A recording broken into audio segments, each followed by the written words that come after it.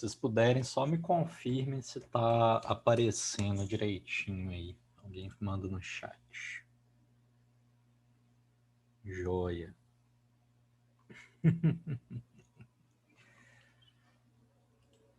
Beleza. Então, gente, na aula de ontem, a gente conversou um pouquinho sobre as características dos seres vivos. Nessas características, uma coisa que tem que ficar bem pontuada, né, só recapitulando, é que nem todas essas características estão presentes em todas as formas de vida. Porque quando a gente considera esses carinhas aí, né, os vírus, como seres vivos, muda um pouco essa definição. A definição ela vira algo mais abrangente. E aí, nesse caso, né, o que é geral? O que todo ser vivo vai apresentar? Vai apresentar capacidade de se reproduzir, né? Todos os seres vivos, incluindo os vírus, têm essa capacidade. Eles, ao infectarem uma célula, conseguem produzir novos vírus, isso é reproduzir, e eles são capazes de evoluir, ou seja, de mudar ao longo do tempo. Eles são capazes de sofrer modificações em nível populacional, ou seja, vários vírus passam a apresentar características novas e diferentes, que é o que a gente está vendo acontecer agora com o coronavírus, né? Com as cepas que surgiram ao redor do mundo, em Manaus, na África do Sul, na Inglaterra, né, no Reino Unido. E isso é uma evidência, né, de que os vírus, se eles não são seres vivos, que alguns pesquisadores argumentam que não são, pelo menos eles têm algumas coisas muito comuns com seres vivos, né? Eles possuem material genético, eles possuem algumas características similares, beleza? E aí a gente chega no terceiro ponto, que a evolução, aquela última característica lá, é o que une todos os seres vivos, independente se é vírus, bactéria, fungo, alga, planta, ser humano, chimpanzé, camaleão, passarinho, todos eles têm uma unidade com a evolução. Os vírus eles entram um pouquinho de fora nisso, porque eles são, como eu falei, seres vivos um pouco especiais, né? Mas por que a evolução é unificadora da vida? Porque hoje nós sabemos que todos os seres vivos celulares, né, todos aqueles seres vivos que apresentam células, têm a mesma origem, uma origem comum, todos os seres vivos. Eu, vocês, as plantas na rua, no jardim, as lagartixas, as baratas, os besouros, todos os seres, os cachorros, as bactérias apresentam uma origem comum, ou seja, surgiram de uma única célula que se reproduziu e deu origem a formas diferentes de vida ao longo de bilhões de anos. A gente está falando de um processo lento, um processo que demorou muito, mas que unifica todos os seres vivos, né? A gente tem várias evidências dessa unidade. Vou dar algumas para vocês. A primeira evidência que a gente tem é o nosso material genético. Todas as células usam o mesmo tipo de material genético, que é o DNA. Por que eu falei que os vírus eles entram numa exceção? Porque os vírus têm materiais genéticos diferentes, né? A gente pode ter vírus que tem DNA, vírus que tem só RNA, vírus que tem os dois. Então, os vírus eles entram numa coisa à parte, né? Provavelmente os vírus surgiram mais de uma vez ao longo da história. Mas as células não, elas surgiram uma única vez, né? Ou pelo menos as que a gente conhece hoje surgiram uma única vez. Por que eu falo isso? O material genético é compartilhado, a forma de se produzir a célula, né, de produzir as estruturas ali na célula, é a mesma.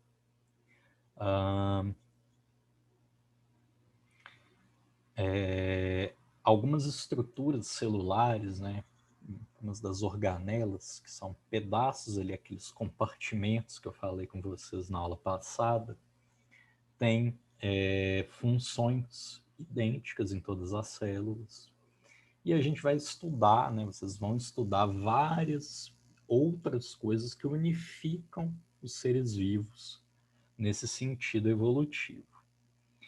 E aí a gente volta naquele comentário que eu fiz ontem. Lembrem-se, toda vez que a gente falar de evolução aqui na biologia, a gente não está falando de melhora, a gente não está falando de mais evoluído, menos evoluído, a gente não está julgando esses seres vivos como melhores ou piores.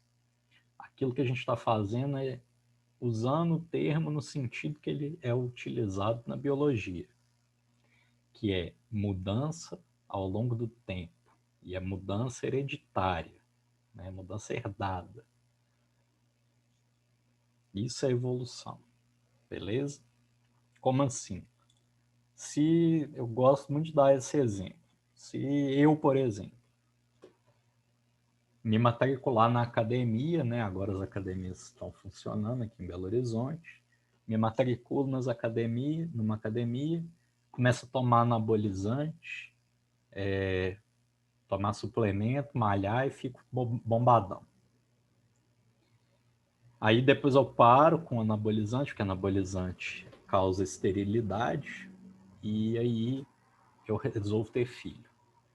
Meu filho vai nascer bombado? O que vocês acham? Isso é uma característica evolutiva? Isso vai ser herdado? Isso é uma característica hereditária? Não. Tudo bem. Isso aí, gente. Não. Várias das mudanças que a gente tem ao longo do nosso período de vida são mudanças que a gente não passa para os nossos filhos, para os nossos descendentes. Isso vale para todos os seres vivos. Plantas, animais, protozoários, bactérias, todos os seres vivos vão poder passar por modificações e essas modificações não gerarem uma mudança hereditária. Então, elas não têm relevância evolutiva, elas não são importantes nessa escala de tempo. Ok? Ana, se tiver muito baixo, eu vou ver aqui a minha configuração de áudio. Olha, a minha sensibilidade está no máximo no microfone. Bom, vou voltar aqui. Então, novamente, evolução para a biologia é mudança de características hereditárias ou características herdáveis ao longo do tempo, né? As populações elas podem mudar ao longo do tempo. Deixa eu só ver o chat aqui. Beleza. Bom, e aí quando a gente fala dessa unidade da vida, uma das formas que a gente tem na biologia de representar isso, que várias vezes aparece em vestibulares e aparece no Enem bastante, é a representação por árvore. Não sei se vocês já viram, né, já chegaram a ter contato com árvores genealógicas da família de vocês, árvores genealógicas de outras famílias. Mas a ideia de uma árvore a gente conhece até para a nossa família, né? A gente consegue montar isso, pensando, eu sou filho do meu pai e da minha mãe, que são filhos de fulano e fulano. Isso vai se ramificando e formando uma árvore.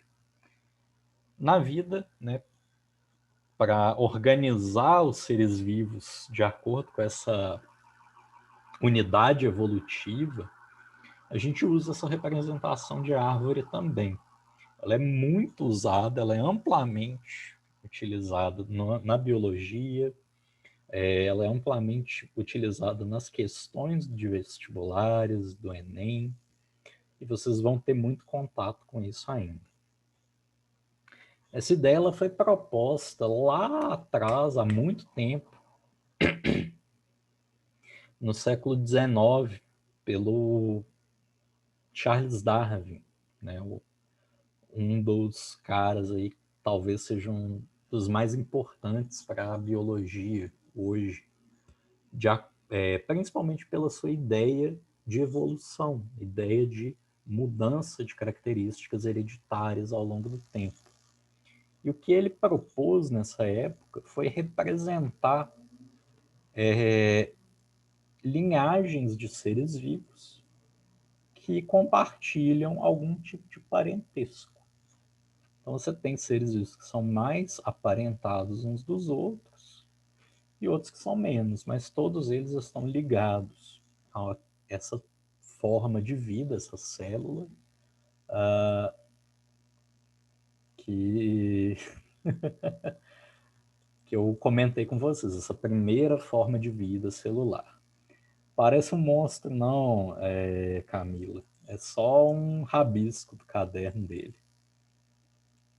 E hoje a gente tem esse outro aí que talvez pareça mais um monstro, não sei, né? Dependendo da visão de cada um. Que é a árvore da vida mais atualizada. Na verdade, essa aí está um pouco desatualizada porque esse slide é do ano passado.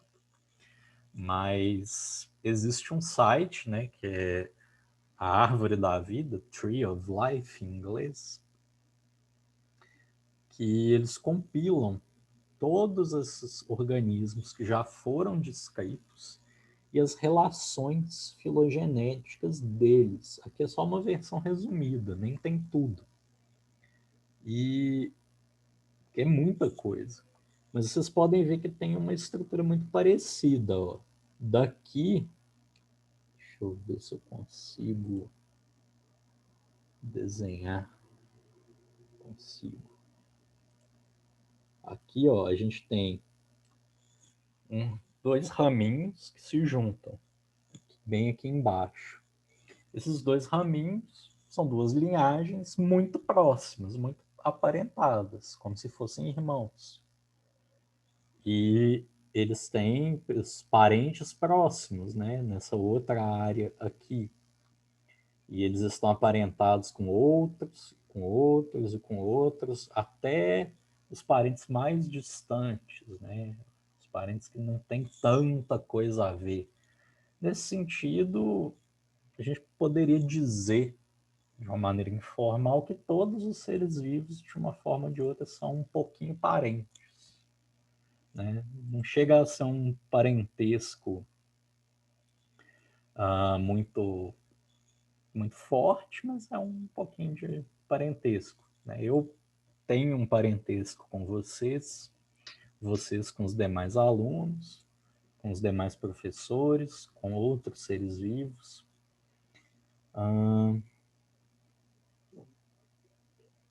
Parecendo aquelas coisas de filme alienígena, mensagem subliminar.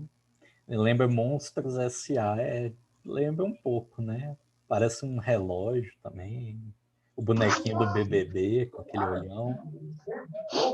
Beleza. Gente, espera aí que tem alguém com o microfone aberto. Tá vendo BBB aí, inclusive. Ô, Raquel, desculpa aí, eu mutei porque o microfone tá aberto.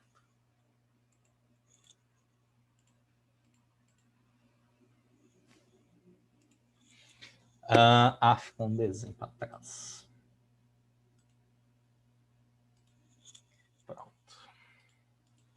E aí, gente, a biologia ela vai trabalhar, ela vai estudar seres vivos em diferentes níveis, diferentes formas da gente observar um ser vivo. Como assim? Vocês devem ter mais ou menos a noção de que existem organismos, existem seres vivos de tamanhos muito variados. Seres humanos vão ter aí de, sei lá, 1 metro, no caso de pessoas muito baixas, anões podem ter até um pouco menos, até pessoas muito altas, com 2,20 m, 2,30 m, 2,40 m, em casos extremos, às vezes até um pouco mais. Mas a gente tem aí uma estatura e um peso que está mais ou menos em uma faixa que a gente consegue determinar para a maior parte da população. E outros organismos também vão ter lá suas formas típicas. Uma vaca tem o seu tamanho normal. Um cachorro, né, tem cada raça vai ter sua dimensão. E dentro de um ser vivo a gente vai ter outras estruturas menores, né? A gente divide o nosso corpo em partes. A gente sabe que a gente tem estômago, coração, braço, músculo, gordura. E a biologia ela vai estudar desde as coisas mais pequenas que a gente tem no nosso corpo até relações que estão fora do nível de um indivíduo, de um organismo apenas. Como assim? Esse é o estudo da ecologia, né? Das relações entre organismos. E aí a gente usa essa ideia de uma pirâmide de níveis de organização para facilitar o estudo. Aqui, o nível mais básico que a gente tem são os átomos. Os átomos são as unidades fundamentais, as partes fundamentais que compõem a matéria, que forma todos nós, todos os seres vivos. A biologia não vai se ocupar muito de estudar átomos, mas às vezes a gente vai precisar de um ou outro átomo ali que é importante a gente saber. Mas de forma geral a gente não vai se ocupar muito de ficar estudando o que é um átomo, o que tem nele, como que ele funciona. Agora aqui já começa a ficar um pouco mais interessante. As moléculas, elas ainda não são seres vivos, né? Elas ainda não têm esse grau de complexidade. Mas elas são conjuntos de átomos arranjados de uma determinada maneira, com características químicas e físicas. A água é uma molécula, né? Formada por uma molécula lá de hidrogênio e oxigênio, H2O. Ela não é um ser vivo, mas os seres vivos vão ter várias moléculas na sua composição. E isso vai ser tema das aulas que vocês vão ter depois do carnaval, depois da semana que vem, com o Lucas. Ele vai falar de algumas moléculas que são muito importantes para a biologia, para vocês ficarem sabendo, né, o que são essas moléculas e para vocês se prepararem. Saber dessas moléculas, que são as proteínas, carboidratos, lipídios, ácidos nucleicos, vai ajudar vocês tanto a se prepararem para o Enem, como também a se prepararem para os outros conteúdos de biologia, né? Essa parte é muito básica, ela é muito importante, por isso que ela está sendo dada agora. E aí várias moléculas organizadas formam essa estrutura aí, que a gente chama de organelas, né?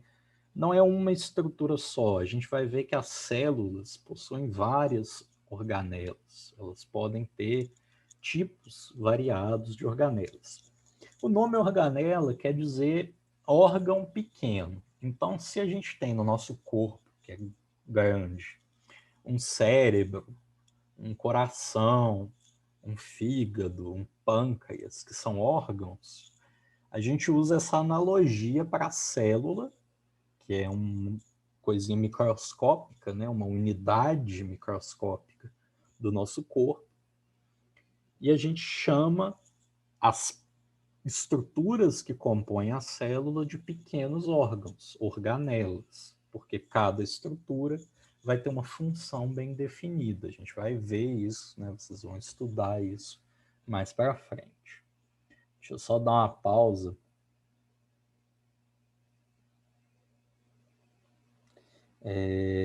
Para ver o chat aqui.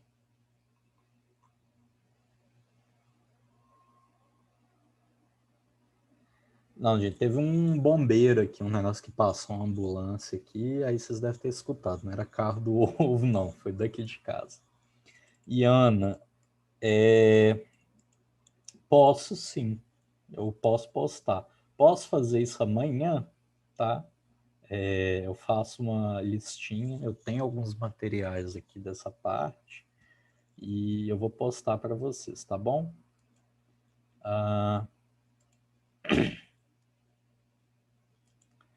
E aí, por fim, as organelas, em conjunto, vão formar células. Essas células podem ser de variados tipos, variados tamanhos, a gente vai ver isso em mais detalhes. E essas células são as unidades básicas dos seres vivos. Se eu tirar uma organela da célula, eu não posso chamar aquela organela de vida. A organela em si, ela não tem todas aquelas propriedades que a gente discutiu, mas a célula tem. Ela tem metabolismo, ela se reproduz, ela cresce, ela tem movimento, ela responde a estímulos, né? Ela se comunica de alguma forma e ela evolui. Ela apresenta essa característica de evolução. Então, as células são a unidade básica dos seres vivos, lembrando aqui que a gente tem aquele parênteses para os vírus, ok? E aí, conjuntos de células em organismos que são compostos por mais de uma célula vão formar tecidos. Nós, seres humanos, temos diferentes tipos de tecidos, vocês vão estudar isso também lá com o Lucas. O que são esses tecidos? São conjuntos de células com uma função específica. Então, tendo essa função específica, você tem células um pouquinho diferenciadas, mas algumas muito parecidas com as outras, que exercem uma determinada função. Em seguida, a gente tem os órgãos. Já os órgãos são compostos por vários tipos de tecidos.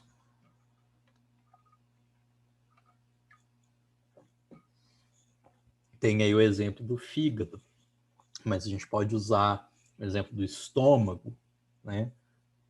Da pele. A pele é um órgão. Ela vai ter tecido epitelial, vai ter tecido conjuntivo e tecido adiposo.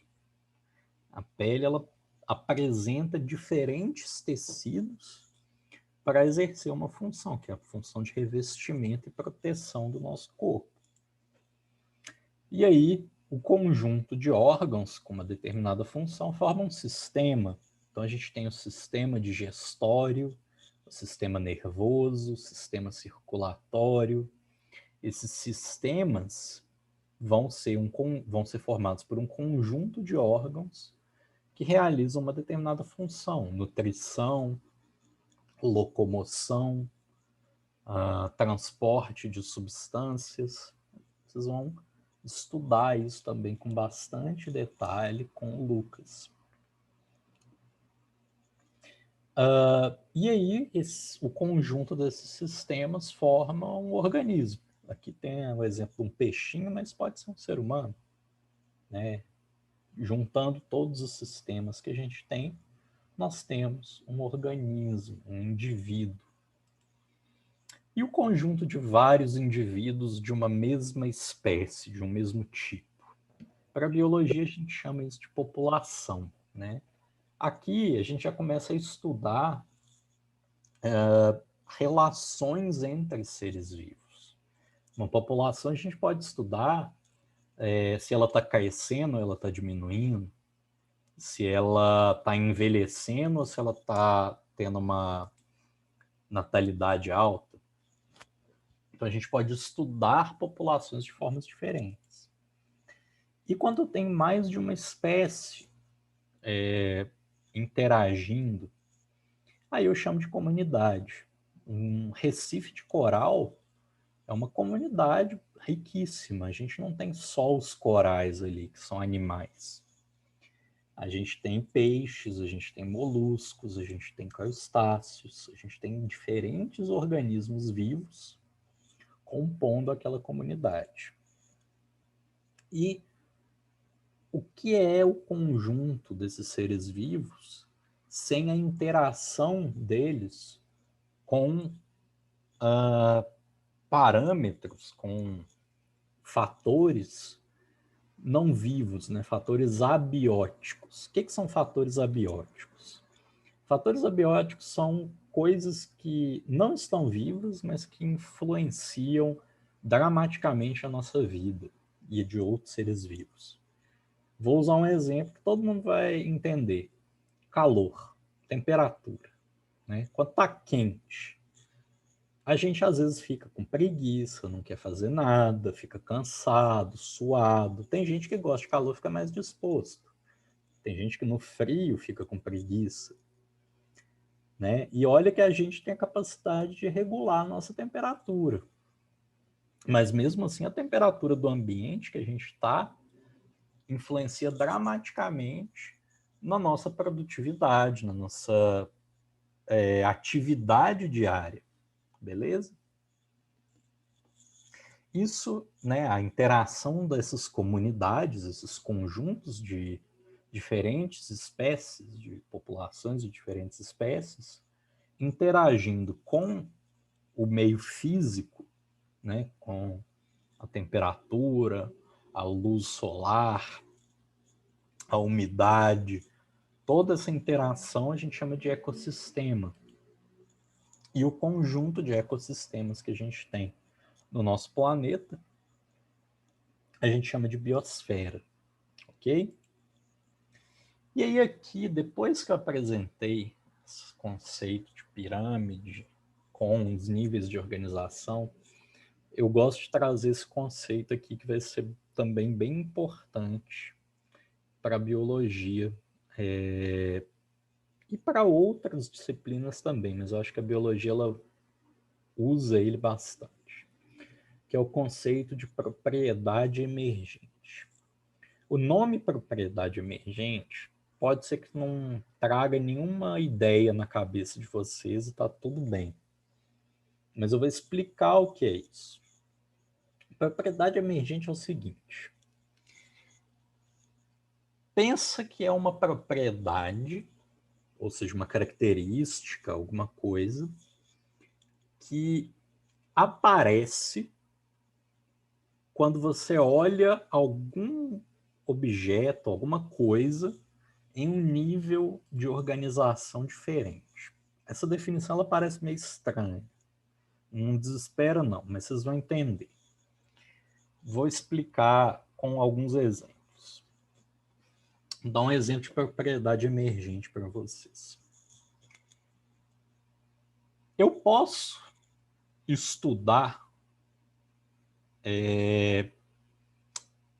densidade populacional só se eu estiver olhando uma população, né? Se eu quero saber quantos habitantes por quilômetro quadrado tem no Brasil, eu preciso ver qual é a área do Brasil e qual é a população do Brasil e dividir por essa população pela área. Tem que fazer essa operação para achar isso. Densidade populacional é uma propriedade que emerge, ou seja, ela aparece, ela surge a partir do nível de análise de uma população. Eu não posso calcular qual é a minha densidade populacional, porque eu não sou uma população. Né? O Pedro, eu não tenho densidade populacional. Não posso dizer que esse quadrado que eu estou aqui de 1 metro, ele tem densidade populacional de 1. Eu não sou uma população, eu sou um indivíduo. A propriedade de densidade populacional só aparece quando eu analiso um nível hierárquico maior. Posso sim, Andreina.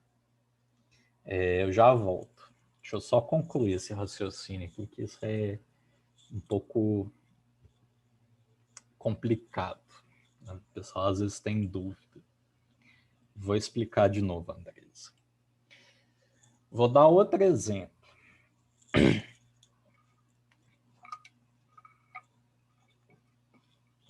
Um exemplo que vocês estão usando aí. Celular. Acredito que algumas pessoas estejam assistindo a aula do celular. O celular ele é composto de várias peças, não é?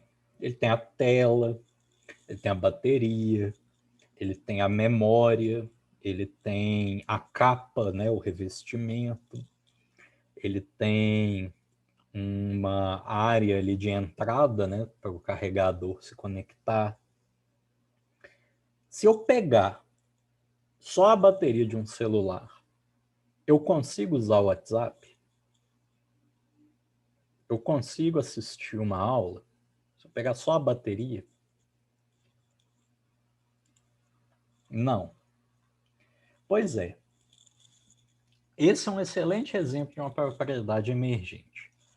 Para o celular funcionar como celular, né, se o celular está ali em funcionamento, eu preciso que haja uma interação entre as partes, as peças desse celular.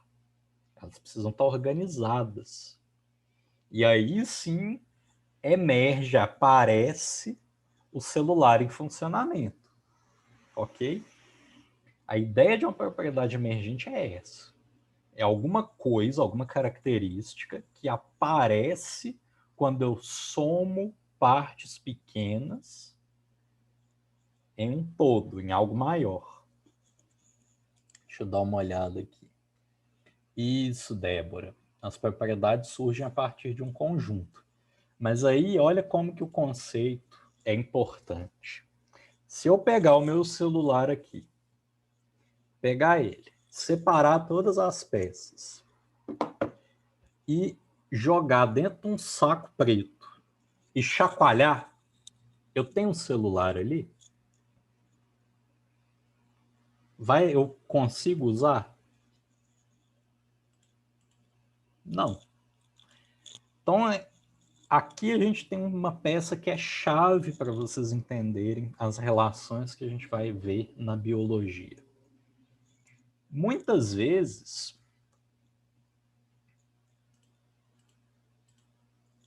o todo, o conjunto, é maior do que a soma das partes. Isso parece que viola, né, viola a matemática, né, que se você somar todas as partes deveria dar o todo, mas não, às vezes o todo ele vai ser maior do que a soma dessas partes. Se eu tiver só as peças do celular, eu não tenho um celular.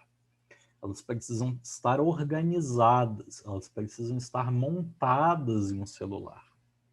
Se não tiver isso, eu não tenho.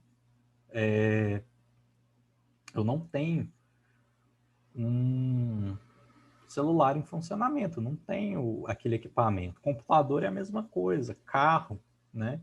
Você pode ter todas as peças, mas se você não tiver elas organizadas, não vai funcionar. Um bolo também é um excelente exemplo de propriedade emergente. Você ter o bolo, você precisa misturar os ingredientes e assar.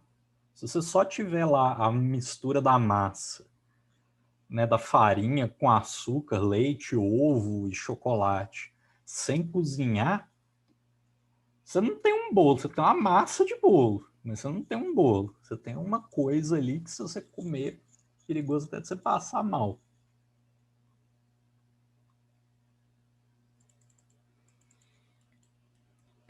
Matheus, de certa forma, surge a partir do ligamento dessas partes, né?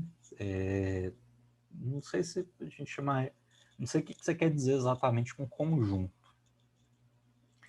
Mas, de fato, essas propriedades elas não são cada peça no seu lugar, tá, Gabriel? Mas elas aparecem porque cada peça está no seu lugar executando a sua função. Andresa, um site pode ser, pode. Eu não entendo muito de site, o pouco que eu entendo de programar site, fazer a página na internet, eu sei que você tem elementos ali que são textuais, elementos que são gráficos, e o conjunto disso, interagindo ali, organizado de uma forma orgânica, forma o site. Poderia ser. Então aqui eu deixo já uma ideia para vocês, que é pensarem em uma propriedade emergente. Maria, não, porque o ser humano não é uma propriedade em si. A propriedade é uma característica. Você poderia dizer, por exemplo, que a linguagem humana, né, a língua portuguesa, por exemplo, é uma propriedade emergente. Eu não consigo ter uma linguagem, não consigo falar se eu não tiver vários indivíduos para compartilhar aquilo. Mas o ser humano em si ele não é uma propriedade, ele é um indivíduo, aquilo que é formado. Obviamente, a gente tem propriedades que os seres humanos apresentam que são resultado da emergência de uma propriedade, né, da interação entre os nossos sistemas de órgãos. Um exemplo disso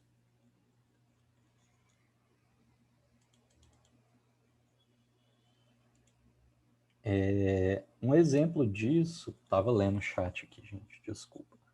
Um exemplo disso é, por exemplo, o nosso humor. Nosso humor ele é influenciado por não apenas nosso sistema nervoso, mas outras coisas. Se você se alimentou ou não, se você dormiu ou não, isso vai influenciar no seu sistema nervoso. Se você está cansado, se o ambiente em que você está tem uma condição favorável para você. Então, isso é uma propriedade emergente. Você poderia dizer que o humor é aquilo que forma, não aquilo que é formado. Eu não entendi a pergunta, Ana. A gente volta daqui a pouquinho, eu vou iniciar de novo, só para a gente finalizar. A cultura Jordana. Cultura é propriedade emergente. E eu tenho que voltar lá no chat, lá no slide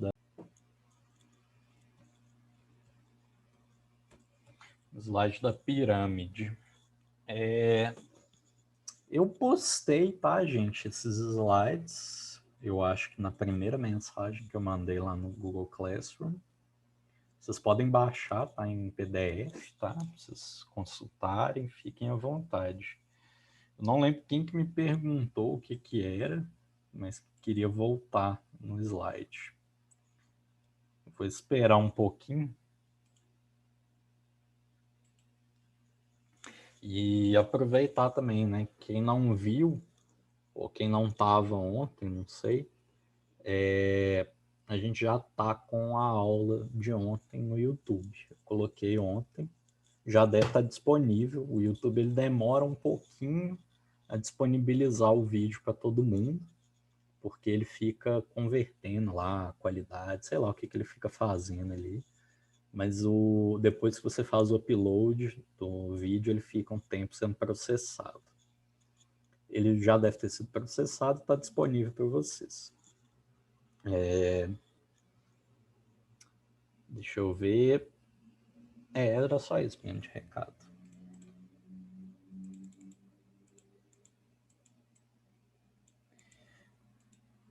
Oi, Yasmin, pode ser que você não tenha o aplicativo do Zoom instalado.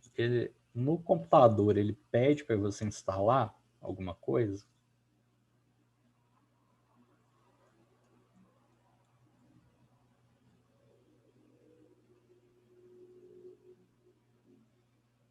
Ah, Matheus,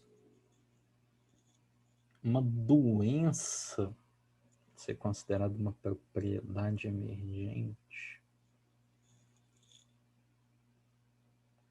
Pode, pode. Porque para você ficar doente, você precisa de uma interação entre o causador da doença e o sistema imune.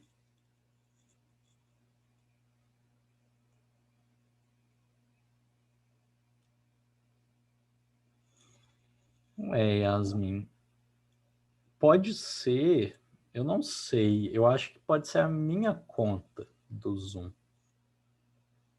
Então, porque eu não consigo, no meu computador, eu não consigo acessar pela web. Eu não consigo usar o Zoom pelo navegador. Não aparece essa opção para mim. Se tiver dando esse problema, instala o aplicativo que ele deve resolver. Se não der, ou se você já tiver com um negócio instalado, me manda uma mensagem, um e-mail, alguma coisa que eu vejo o que dá para ser feito. Mas a princípio era para você conseguir usar. É nada. Ah, eu não sei se alguém ia perguntar aqui da pirâmide, se a pessoa desistiu, mas deixei aqui no slide. Se alguém que for fazer pergunta, pode mandar aí alguma coisa que eu respondo. Então, gente, eu não vou me delongar muito aqui nessa questão das propriedades emergentes, mas a ideia aqui, né, esse holismo versus reducionismo. O que é isso? Holismo é tentar ver o todo sem se preocupar em estudar muitos detalhes das partes. A gente não quer isso na biologia. Porque se eu olhar só para o todo e esquecer dos detalhes, eu posso perder coisas importantes.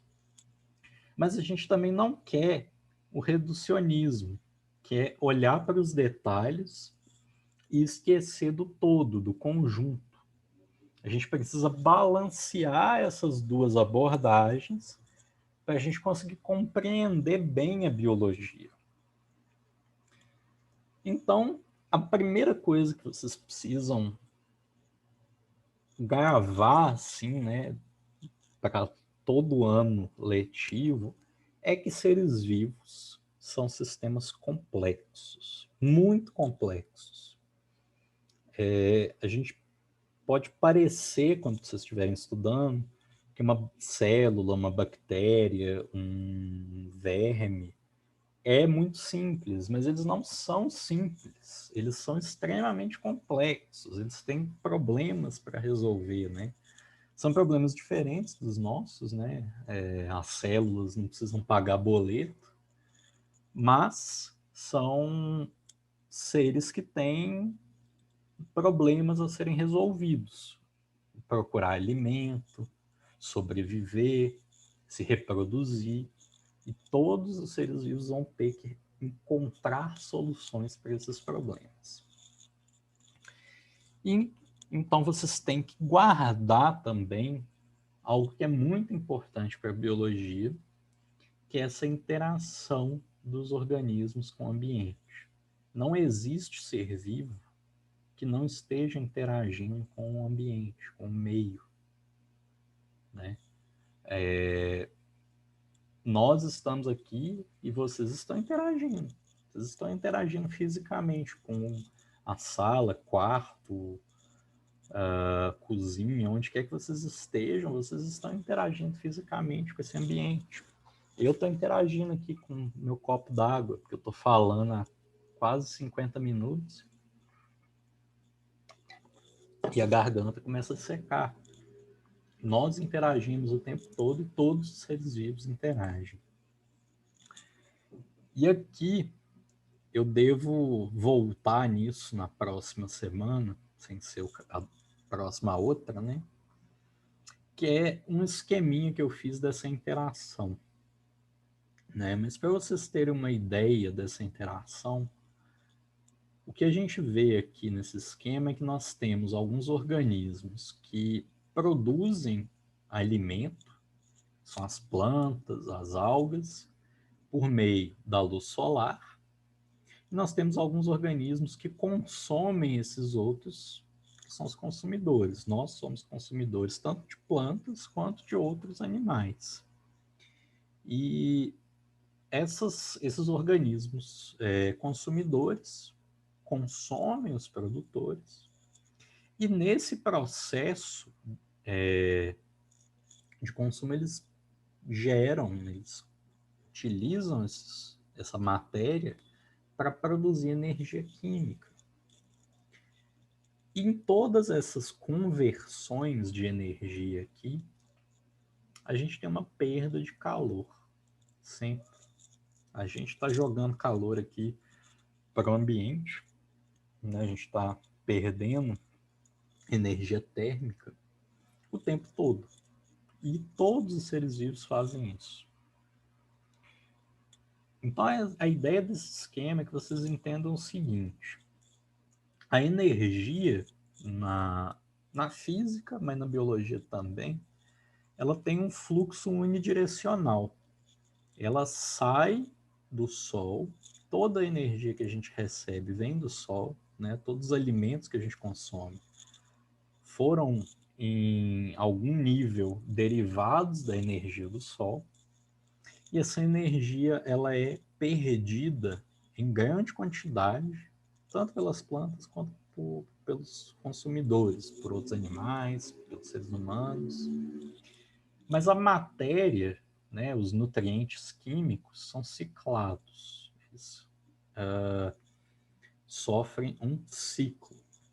Eles estão constantemente sendo reciclados, sendo decompostos e reutilizados por organismos vivos, beleza? Essa é a ideia que eu quero que vocês tenham de hoje. Eu vou parar por aqui, deixa eu ver o chat. Bebam água. Eu vou finalizar aqui, são 10h41. E na aula que vem eu retomo desse esquema, dou uma recapitulada. Amanhã eu posto umas perguntas, alguns exercícios para vocês. E aí a gente continua. Eu espero que a gente consiga terminar tudo até a semana depois do carnaval. Aí vocês vão ter aula com o Lucas e depois, no final do nivelamento, eu volto. Beleza? Boa noite, gente. Até depois do carnaval. Aproveitem, né? Apesar de que não vai ser feriado, né, no ponto facultativo. Mas aproveitem. E como vocês não vão ter aula, aproveitem para estudar também. Boa noite, gente.